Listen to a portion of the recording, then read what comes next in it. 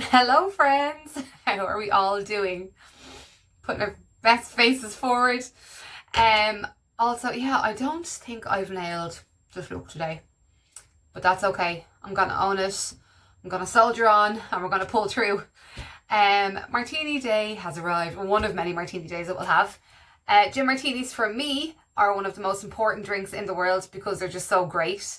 Also, side note, if I say delicious at any point today, either feel free to have a shot on me and give me the tab, or just send me a virtual slap because I realised there was a lot of that word used in last week's programming.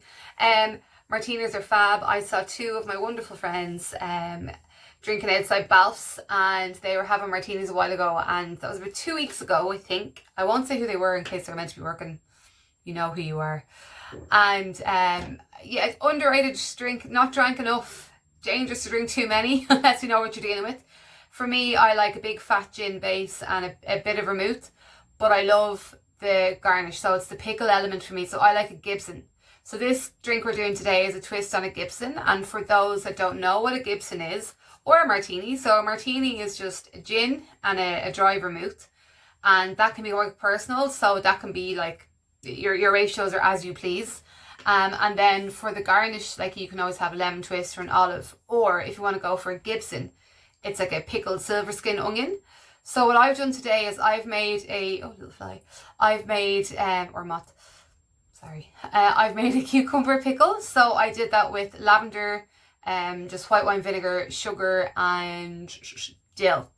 And the other one I did, like an Asian pickle, I suppose, it's lychee syrup. So I got tinned lychees, did it into syrup.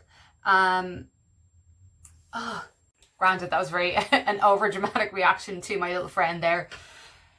Back to pickling. So the Asian pickle, whatever you want to call it. So just to recap, I used lychee syrup, which I got from a tin of lychees. So open the tin, strain them off. Thank you, Mum. I actually took video call my mother and ask her how to use a tin opener today. Technology is the best. So lychee syrup from that, it's definitely not as sweet as you might think it would be. Then I put in apple cider vinegar, just the regular one, you don't have to go too fancy, rose water, and then what's in here to colour it is hibiscus. So you can get dry, again, Asian market dried hibiscus, same with the lavender pickle, dried lavender, it's like €1 something for a bag. Hibiscus adds a little bit of florality, but it also adds this really nice colour. So you got some magenta going on there, but the less you leave it, the lighter the pink. Obviously you're pickling, so you have to leave it in for a few hours. So this is going to give me more of a sweet kind of pickle flavour. This guy is going to give me really floral, bitey, stingy flavour. So this is our dill there. And our cucumber. Cool, so I'm going to stop talking about them and I'm going to start making them. So gin of choice today, I'm just going to go for a London Dry.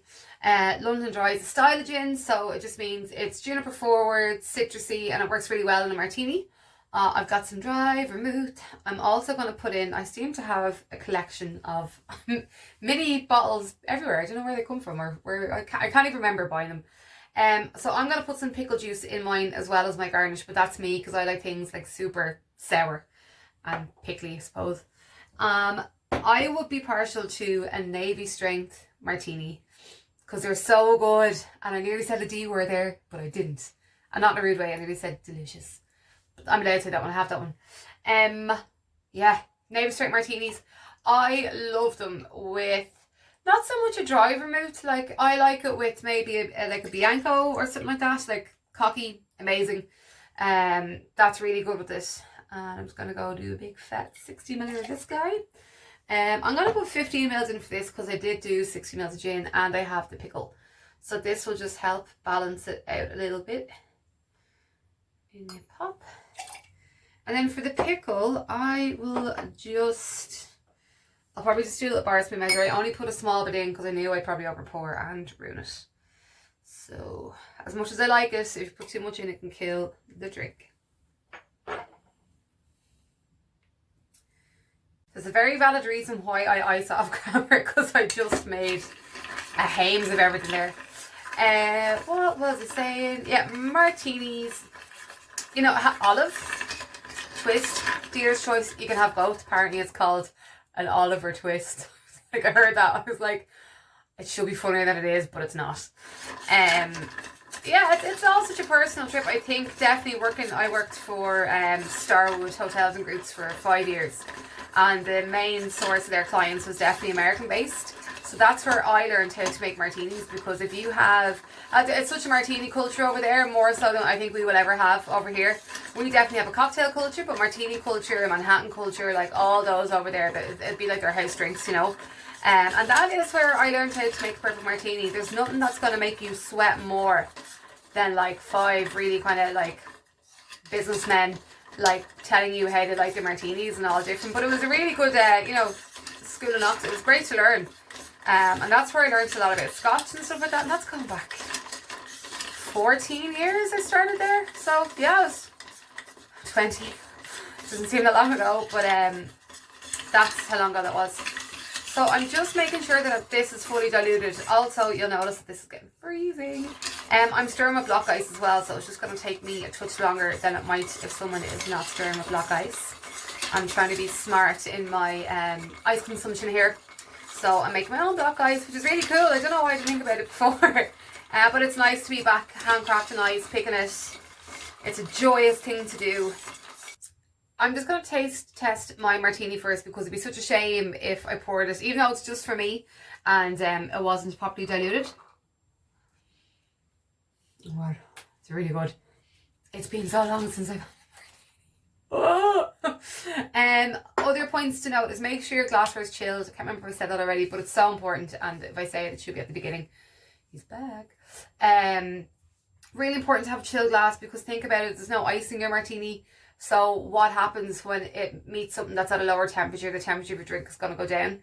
And as much as I love martinis, like they're not meant to be downed too quickly. You're meant to enjoy them and savor them, okay? So here is my glass. Let me just make sure that's in shot. Do you like my glass? I got it for €1 in my local charity shop the other day. It's probably an ice cream bowl or something to that effect, but I'm going to use it as my coupe. So I'm going to pour in my martini.